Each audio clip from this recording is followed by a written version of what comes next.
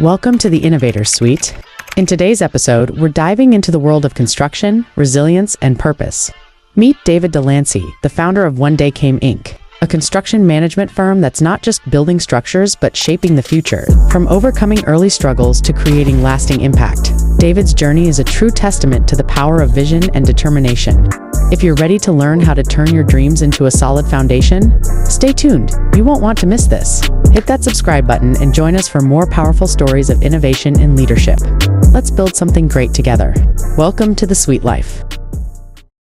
Okay, welcome back everyone. And today we are going live from the FAMU Small Business Development Center's celebration of Small Business Week for our region, okay? I'm so super excited today. We have like a powerhouse here today and a full-blown entrepreneur, and this is exciting because it's always exciting to connect with people that are not from our city, but then come back and not only support where they're from, but here in our community too. So, welcome to the Innovators Suite. I'm Ashley Scott and my co-host. Hey everybody, I'm Tori Ford and I am super stoked, excited to be here today myself. Like you said, Ash, we have a powerhouse joining us today. All right. The powerhouse we're talking about. Right. David Delancy is here, okay? Yep. And David, can you tell us a little bit and our viewers a little bit about yourself and what you do and just how you even got into this space where you are?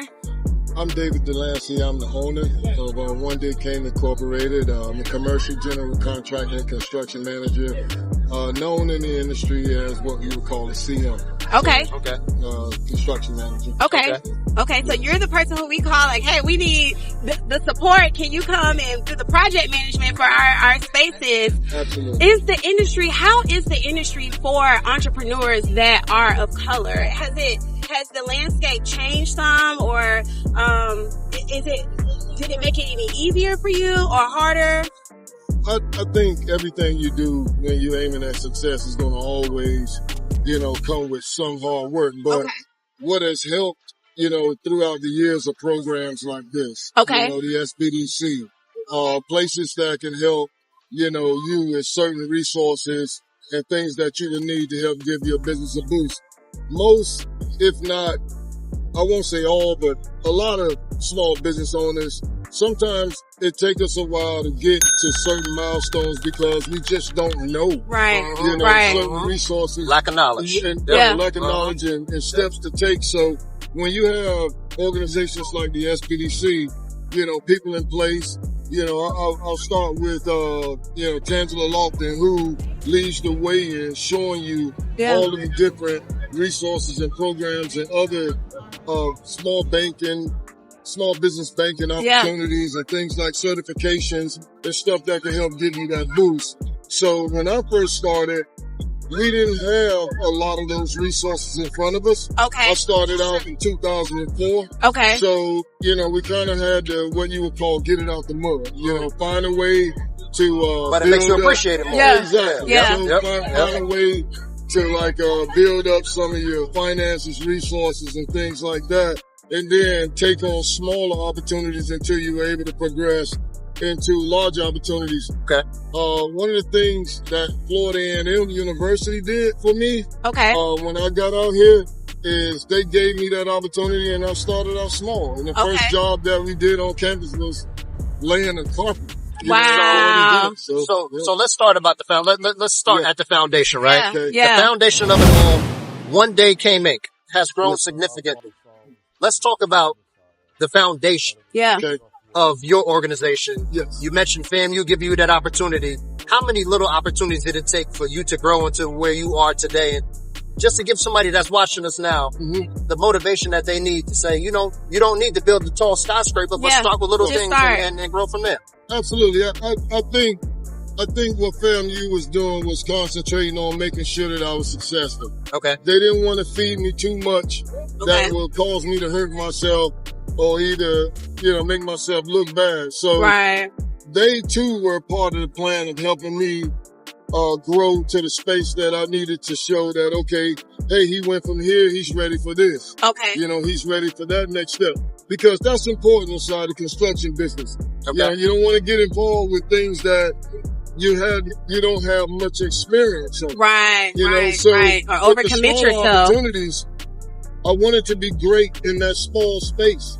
They can trust me. When those opportunities came around, I knew exactly who to call. Yep, they go to. You know? And then as I calculated and tallied up all of those successful small jobs, then I had sat with the facilities director and talked about a progress plan to be able to do something that's a little bit bigger. Okay. But that was going to require a little bit more professional management. Right. So it's step by step. Step by step. Right. And also too, sitting with those guys, getting them to understand what type of growth plan that I had personally. Okay. And let's see if we could come together Right. and they can help me get to those next steps.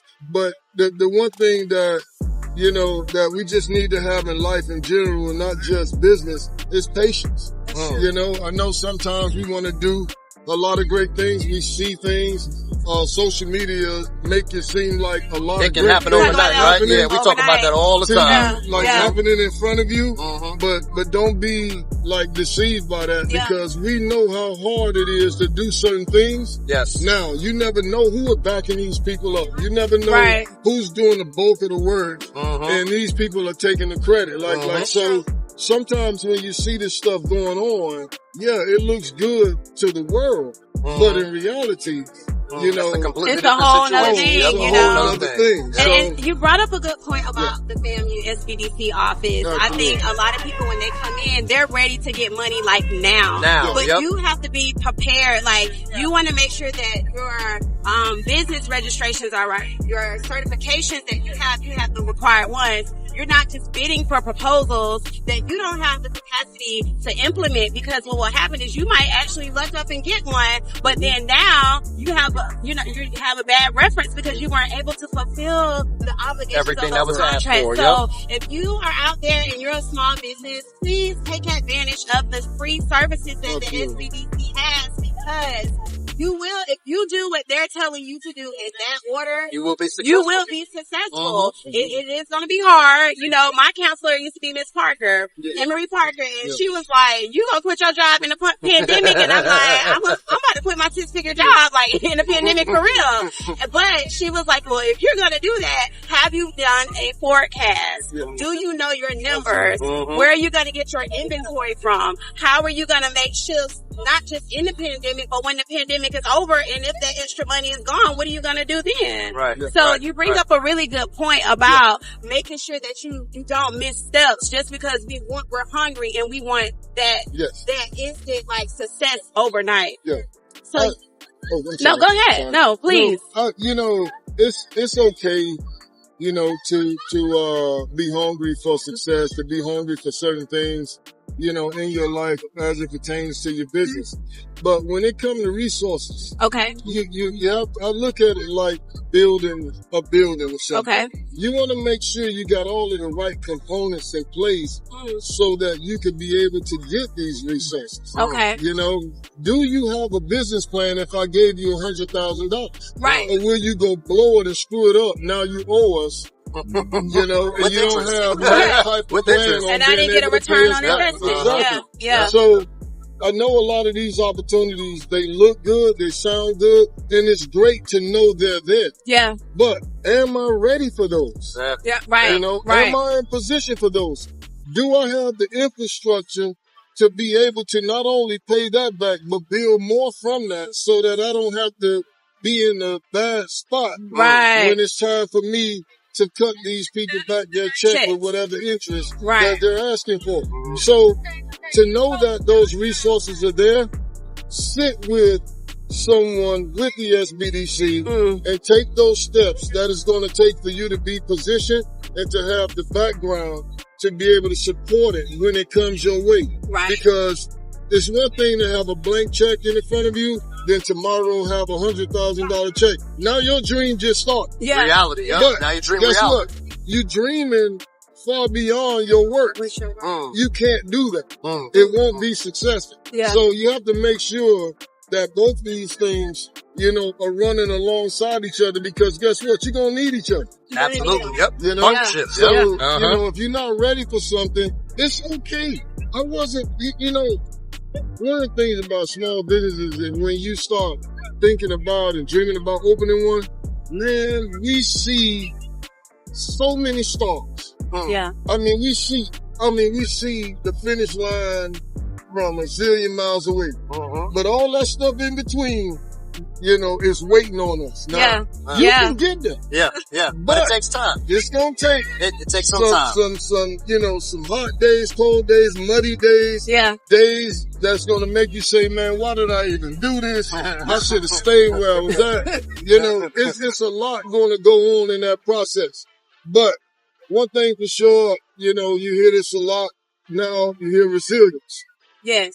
And resilience is, pretty much what it's going to take. Like I always say, when you about to start a business or either about to get yourself involved, make sure you love it.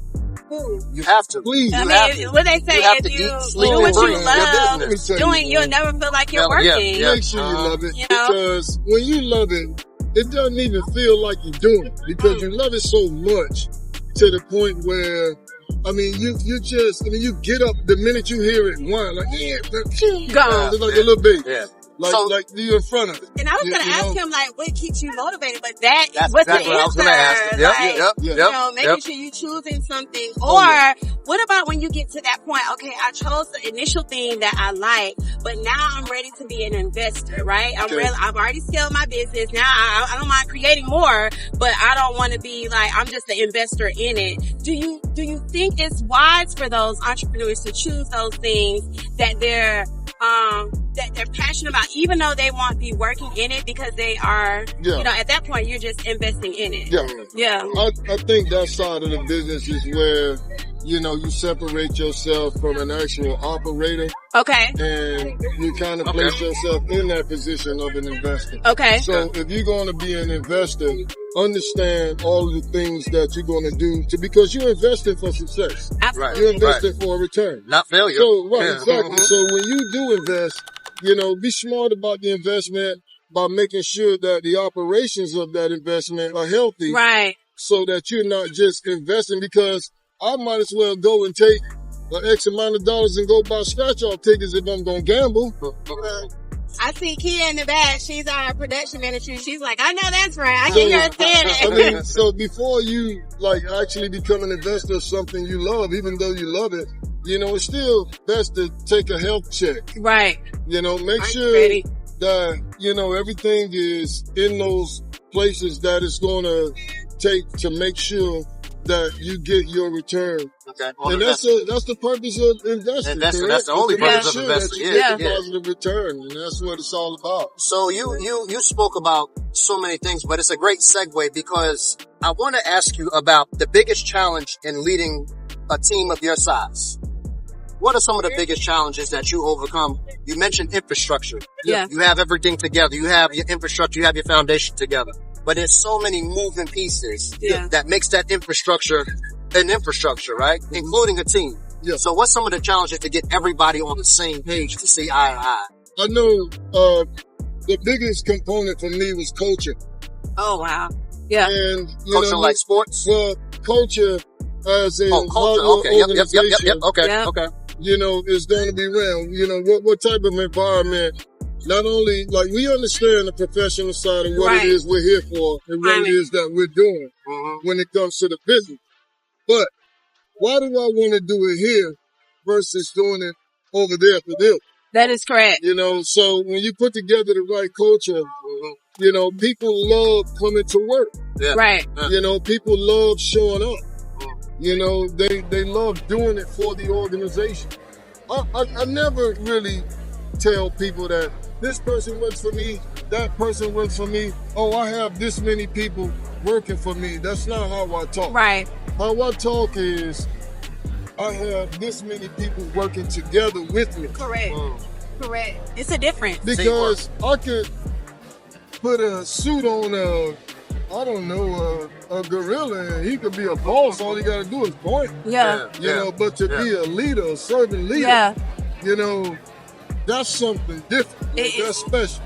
And that's what makes people want to be a part of what it is that you're doing, because when you're succeeding, they feel like they're succeeding. Teamwork makes the dream work. Absolutely. Yep. And that's pretty much the secret sauce when it comes to the organization being able to get people to work together. do the things and work together to be successful. Can we, before we go, can we talk about community? Yeah. Because a lot of what you do is community driven, and and I love it because even before here, when we were like, oh my gosh, we're going to get this person and we're going to interview you, we actually went back and researched like who you are. Yep. And I was like, oh my gosh, like this is not, Does a lot for the community. He does a lot. A whole lot. But do you mind sharing those things and where that passion came from to support the community? Because it's different than you just being, oh, I'm going to give out funding and grants. So like you're in it. You know what I'm saying? Yep.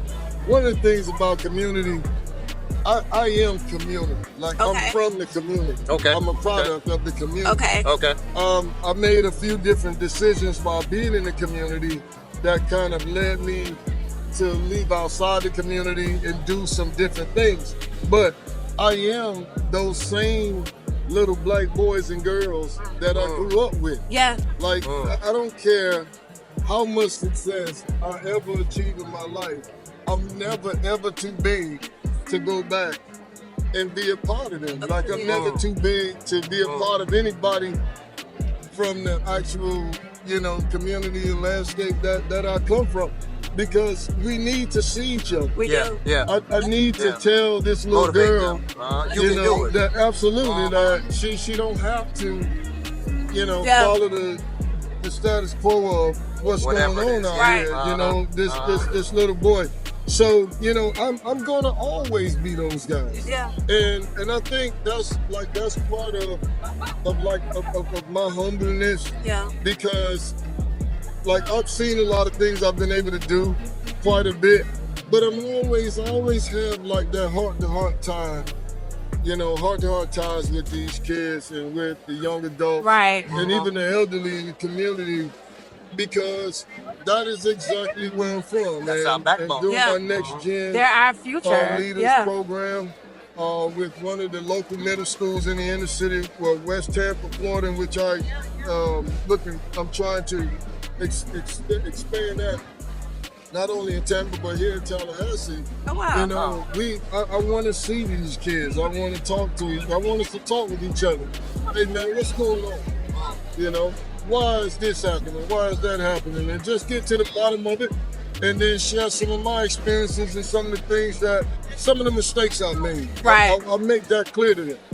Like you're not sitting in front of a guy who's done everything right. I haven't.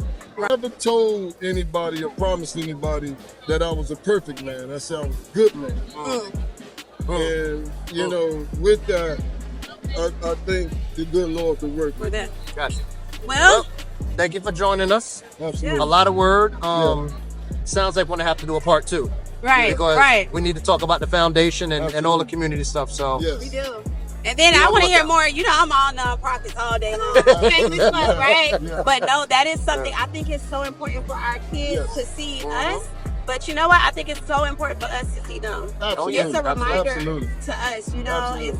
That's a whole nother thing. But before we leave, before we do that, where can people find you if they want to know more about you or they want to connect with you or your services? I mean, I got your contact card. I was like, oh my God. So we had like 10 links under there. But where can they go to find you? I'm on LinkedIn, of course. Anybody that wants to step on the side of the professional side of social media, I'm on LinkedIn at David Delancy. Also at One Day Came Inc. I'm also on social media, Instagram at One Day Came Inc. _. I'm on Twitter at One Day Came Inc.